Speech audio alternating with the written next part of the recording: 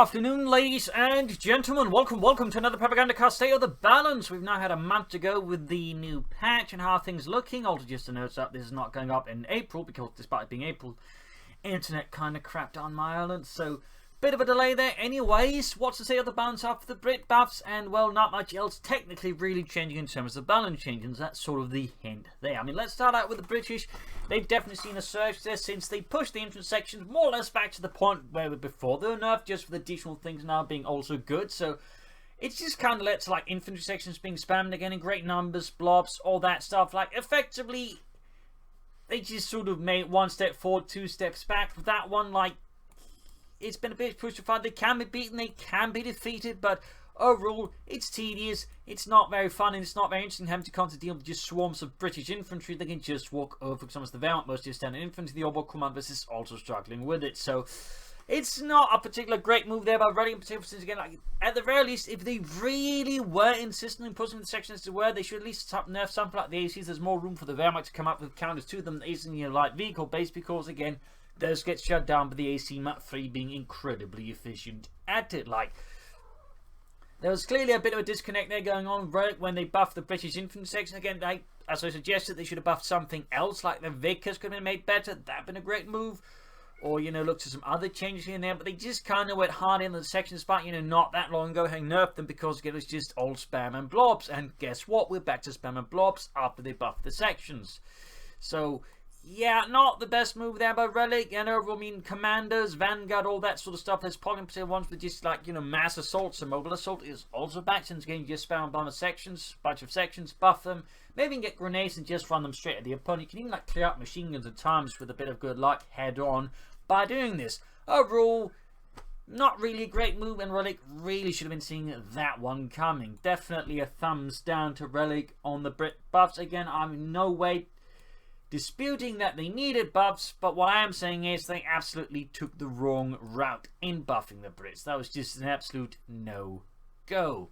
Moving on to the Soviets, overall the balance changes have more or less had absolutely no effect on them. Sure, the S-5040 have been toned down a bit, which makes a little less of them, but overall it's still get our conscripts, run them at an enemy, then upgrade them either with 7-man or with the S-5040s, and of course just charge tanks at them. Similarly, while there are slightly less IS-2s, KB-2s remain very popular still, since that one is still also incredibly powerful.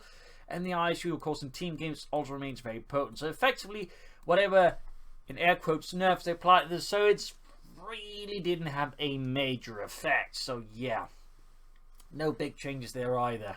And certainly nothing from the Axis to really change the gameplay patterns either. I mean, I do think they need to, like, tone down the T-Center. That one is just utterly overperforming. Still pretty much pushes out anything else in the tank chain command to a great degree.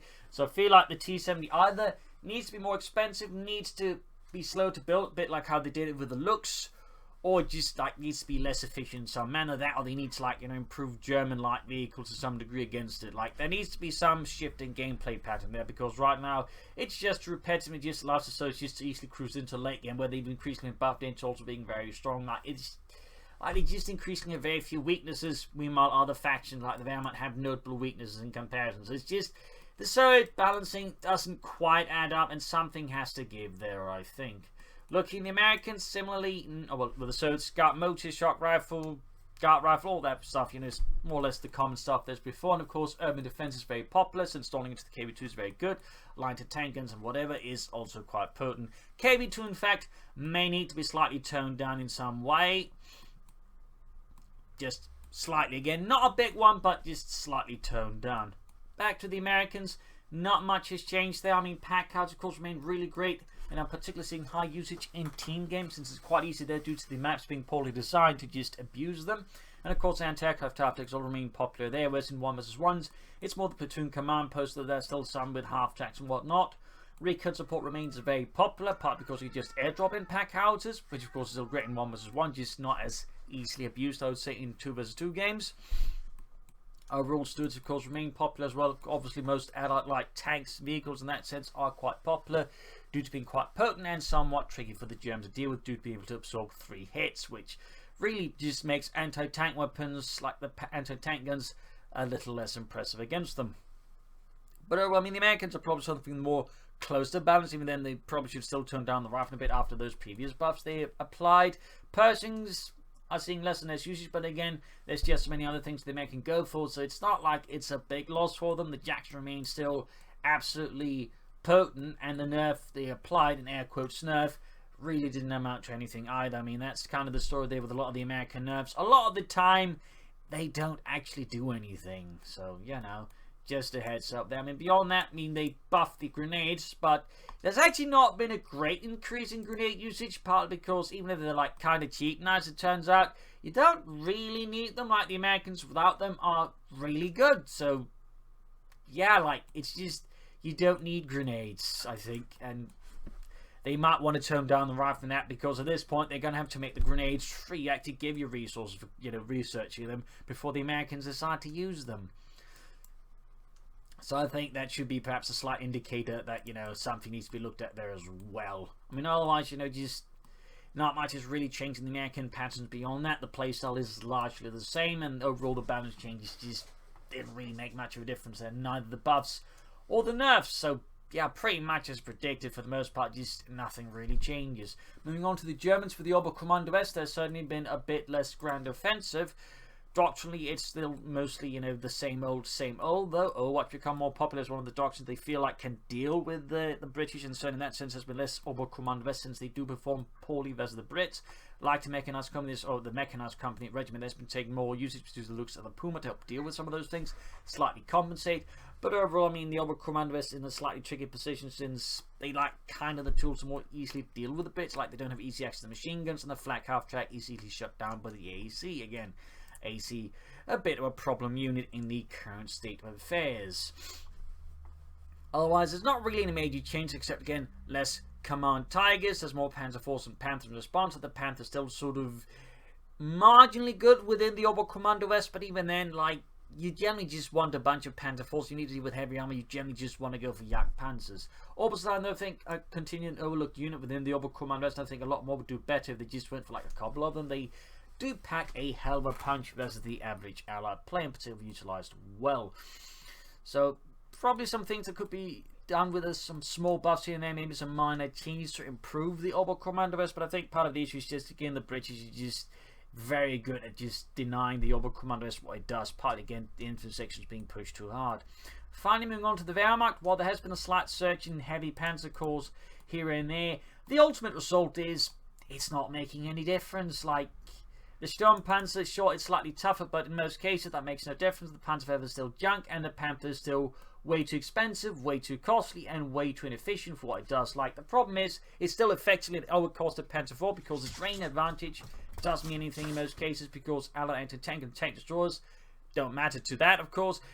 And most of the time when they see a Panther, just going to spam those, so the range doesn't mean anything. Plus, it can't take advantage of, say, its range either way. Like, it's, you know, more of an offensive weapon, but it can't use that range offensively, so it just doesn't matter. And the armor is easily negated by like anti-tank guns and tank destroyers again, so that means nothing, at which point it basically boils down to the damage output, and that's not very good. So for the most part, the Panther is just an overcosted Panzer IV. In some cases, it will be good, but those are marginal cases where, again, it won't matter a jot.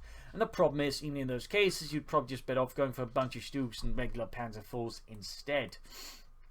And while there are some benefits here to this, even those aren't significant enough, I think, to really warrant going for it just on its own. And we've certainly seen players already just basically going, I can't even bother to do that, like Tiramisu, and I certainly don't blame them. Additionally, there's a bug here, I think, where the capture rate bonus actually overrides other capture bonuses. So, for example, stuff like counterattack tactics and salt and hold actually capture points slower, and in fact don't get the bonuses all going off, so it actually needs to be fixed and looked at, this particular ability. But beyond that, heavy Panzer Corps changes aren't really making a thing any significant change, and you're still best off going for the Supremo Corps, taking to the Panzer or the Stug. Similar, the resource changes, I mean, again, your Supremo Corps still costs the same, your heavy Panzer Corps costs slightly less, but as you're already determined, that's not very good. Like, it's still not worth it. They need to add something like Orbital Dart and some bigger bonuses. Additionally, they changed the Panzerfaust haven't really made much of a difference. The Panzerfaust still misses a bunch, and at this point, I think they just need to like throw the towel into the ring and go, okay, we're replacing the anti-tank grenades, but because the Panzerfaust is a cool concept, we'll change how that works. It's basically just turn it into a weapon like, you know, the not the H round, the Pershing or the tube rocket, these sort of skill weapons. We have to set up, aim it properly. Switch away from grenadiers to stormtroopers, Panzer grenadiers. Have it say unlocked at tier 4, making that one also slightly more worth it that way. You know, make the Panzerfaust do a bunch of damage, maybe sort of slightly blind the crew for a bit, and you know, there you go, Bob's your uncle. Panzerfaust is good, and we don't have to worry about that particular bug. Plus, by sending up to the more elite troops, you don't have to worry about sending, you know, massive swarms of grenadiers with super Panzerfaust either. Of course, removed from the Oststorm as well. So I think that could sort of, I would say, slightly shift things up. But overall, I mean, the balance change for the most part, unless the Brits, really didn't amount to a lot. That's really the thing. I mean, sure, there's slightly less heavy tanks, but again, the problem there is just mostly, you know, you could just easily stall into them, not that they were there, and now they're just like, you know, less worth it. Plus, with the Brits just rolling all over you, it's like, again, there's not enough room to stall up for them anyways. At least for the Germans. So, I mean, in effect, this patch, at least for now, the impact has been pretty marginal. Not very impressive and kind of a botched job, really. I mean, it's more or less as expected. 1 step forward, 2 step backs. Mostly just running in circles and mostly having the appearance of trying to make balance changes, but the reality was, for the most part, just none of it really mattered. It was just a waste of time. Like, they spent months on it and we just went absolutely just back into Brit blobs. We've already been there.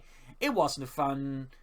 You know, please listen next time, Relic. This is kind of silly. And again, Heavy Panzer Corps still isn't worth it. It's been years now and Heavy Panzer Corps is still junk. Please fix that one as well, Relic. Thank you very much. So there you go. That's just the other balance for the most part. Again, more Brits, less Orbital Command West because they perform poorly against the Brits at the moment. And while there's certainly a push for Heavy Panzer Corps with the Wehrmacht, already results are clear. It's not very good. So we're probably seeing a surge back to the Suprema Corps, Panzerfaust, Dukes and Austrians because, well, those actually work most of the time. Well, I suppose there's been more German infantry, people realizing, hang on, German infantry is pretty good, which it is. So yeah, that's all the state of the balance here. Not really a lot has changed except there's more Brits and it's back to Brit Blob Town, which was never fun. So there you go. Hope you enjoyed this state of the balance. If you did, you know, subscribe, like, share, comment on it, tell a friend, tell a family, but don't tell enemies. Also, big thanks to my Patreon supporters, without which this would not have been possible. Cheers everyone and see you all another time. Bye.